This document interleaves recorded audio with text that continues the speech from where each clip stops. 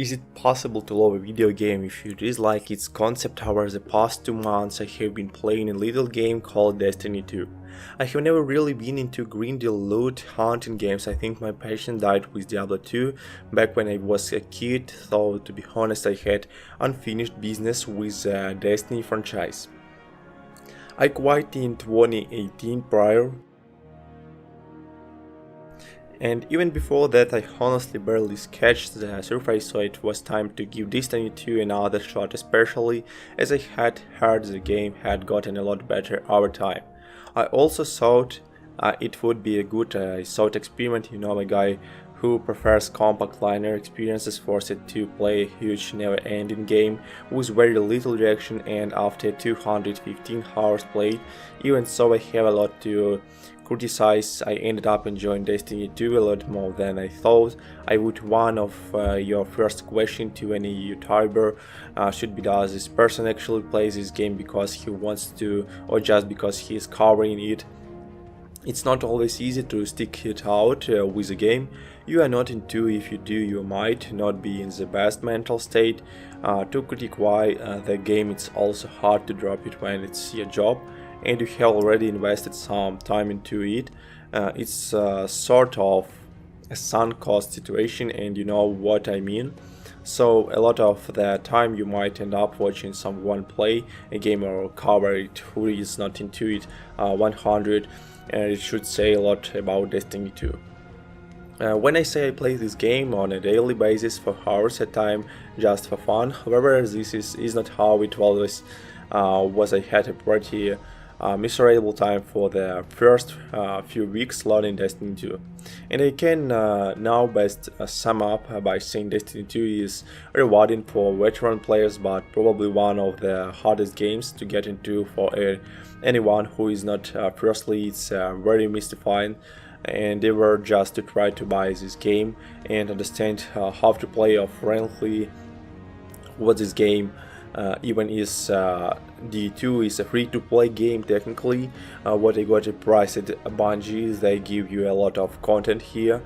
There are some bounties and quests and activities you cannot do, and some places you cannot go, but large portions of the game is up for grabs.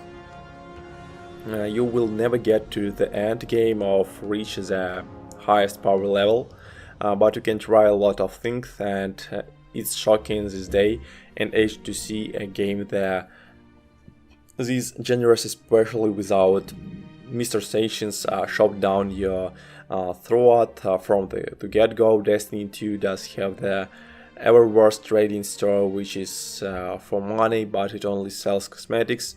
I think Bungie was confident in the gameplay they offered, though they were liberal with their offerings in the free-to-play system, and I really appreciate the ability to try it out a game before I buy it and get a good feel for what I'm about to purchase. However, the process itself ends up being very confusing because Bungie has handled the new player experience just flat out terribly. Firstly, it's important to understand that the original Destiny 2 story and its first few expansions have been welted, and when I say welted, I mean removed from the game. The reason for this was to ensure the game could be constantly edited without imploding from within like a dying star about to burst in outer space as a shared vault. It's important that the game runs well, obviously, and have it 5 years worth of planets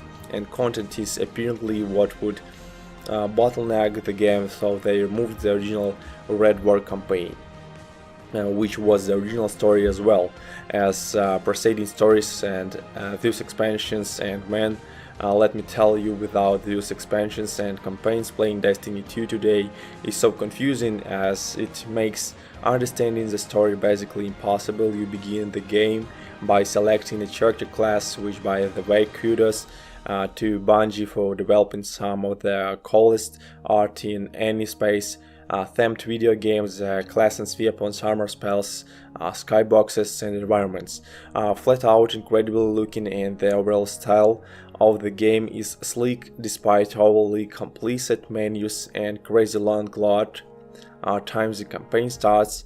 afterwards with a short cutscenes where you briefly learn about the travel, the darkness, and the guardians. This is all fine and dandy, but it doesn't really tell you much and contains nothing related to important chapters.